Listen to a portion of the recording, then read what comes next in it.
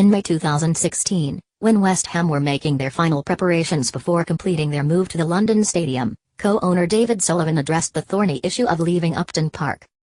"Yes," he said, "it was quite possible, indeed probable, that half of our fans don't want to move. But it would soon become apparent the decision was right," he insisted. Citing modern transport links and better toilet facilities as obvious areas of improvement, Sullivan felt that, while not everything in their new home was perfect, particularly the distance from the main stand to the pitch, it would only take 6 months for supporters to be shown the wisdom of West Ham's momentous relocation. This was the venue, after all, where Usain Bolt won 3 Olympic gold medals and Super Saturday became part of British sporting folklore.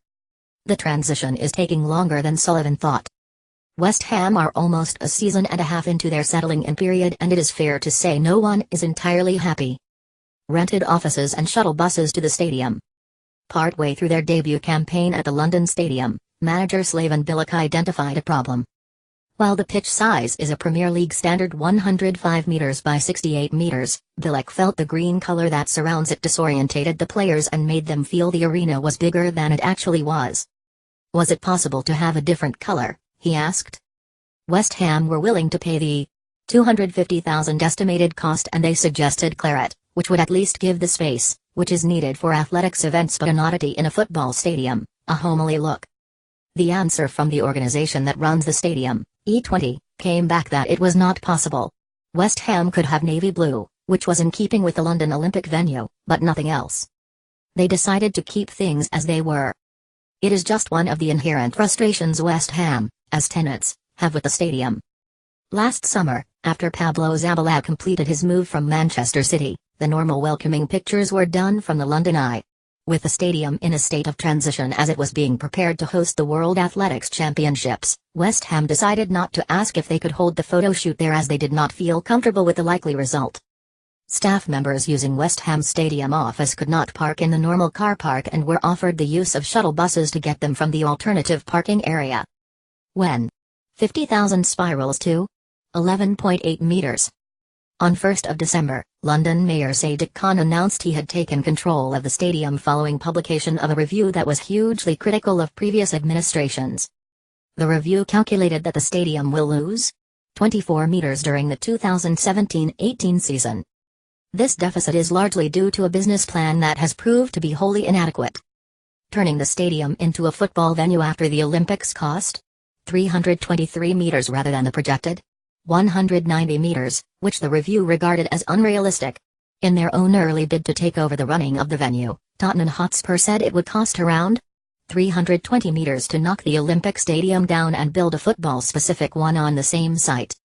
Changing the seating arrangement for the 2017 World Athletics Championships and putting it back again was 11.8 meters. The initial budget from March 2013 had been 50,000. In business plans as recent as March 2016, the cost was budgeted at 300,000 even though the tender for the work exceeded 1 meter. The mayor's office has pledged to speak with West Ham and UK Athletics in a bid to address flaws in the existing arrangements, reduce their own costs and make the stadium financially viable. Toilets and tea, fans' goodwill disappearing fast. On Saturday, West Ham beat London rivals Chelsea 1-0.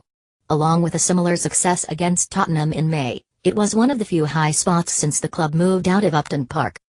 A crowd of 56,953 proved that, contrary to popular belief, the stadium is capable of generating a positive atmosphere. Yet the underlying view remains a negative one. Mark Walker, interim chairman of the West Ham United Independent Supporters Association, said that rather than getting used to their new surroundings, the opposite is now true. "A lot of the goodwill from before we moved in has been lost," he said. "Fans feel it has not lived up to the expectations or promises that were made. The transport links are not as good as anticipated. The distance between the pitch and the stands is too big. The fans who sit at the back of the upper tier of the stand have no toilet. They can't get a cup of tea." The idea of going into a new stadium was to attract more fans. For that to happen, you need success on the pitch, and results have been woeful. "We are still third from bottom even after a tremendous result like beating Chelsea. If we lose to Arsenal on Wednesday and Stoke at the weekend, we could be bottom by Christmas." West Ham reject the assertion there are inadequate toilet and catering facilities at the stadium. A spokesman said, Every single seat at London Stadium has access to toilet and catering facilities, with 995 toilets and 43 catering outlets, vastly more than the Bowl-in Ground. Upton Park wasn't the Upton Park of years ago. Ken Dyer has been watching West Ham since the 1950s, first as a young boy with his dad, then as a highly respected journalist for the London Evening Standard. Dyer always felt moving away from such an iconic stadium as Upton Park would be fraught with difficulties, both emotional and physical. However, he does not feel the club had much choice given how top-flight football in England has evolved into far more than a Saturday afternoon out for a local fan. He said, "Upton Park is part of my life. It was a wrench to leave, like leaving a home you have been in for 40 years. If you wanted an experience that was almost 100% different to Upton Park, this would be it, even though it is only 3 miles down the road." But Upton Park wasn't the Upton Park I remember from years ago. It had lost a bit of its atmosphere. Most grounds have over the years. There are fans, younger ones with families, who find the facilities at the London Stadium are so much better. Gradually it is starting to feel like home. But sometimes it has been 2 steps forward and 3 back. It has taken a long time and they are not there yet. Stuart Pearce returned to West Ham last month as assistant manager, rejoining a club he played for between 1999 and 2001. "It does feel like a different club," he said. "In many ways football clubs don't change their DNA. That comes from the terraces, the fans and the long-serving staff. Lots of us in football have this rose-tinted vision of what things used to be like. But make no mistake, only a fraction of it was like our memory tells us it was. West Ham have got a fantastic stadium and I think it's important that we create history in that stadium. There's nothing to be gained for West Ham by saying it's not a football stadium. All that does is benefit the other 19 teams in the Premier League. What we have to do is say this is our home, let's create some fantastic memories. The 2 games we've played there since I returned, against Leicester and Chelsea, the crowd have been brilliant. What happens next? It is impossible to argue West Ham did not negotiate a great deal when they struck an agreement to pay 2.5 meters for 25 event days per year. The stadium loses 2.25 meters simply by letting them play matches there due to costs such as stewarding, policing, catering and turnstile operation that they are responsible for. It is understood West Ham are not unwilling to increase their overall contribution.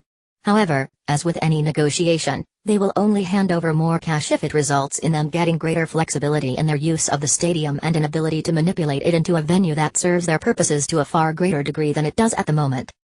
For their part, the mayor's office are not willing to publicly state what may be on the table as a bargaining tool at such an early stage of what are likely to become extensive negotiations. Sorting out the naming rights issue is an imperative, which is obvious from the review, and requires West Ham's involvement if revenues are going to be maximized. And all this against the backdrop of a potential relegation battle that, unless it is won, would be a financial catastrophe and turn the London Stadium into the biggest ground in the second tier since Manchester United were relegated in 1974.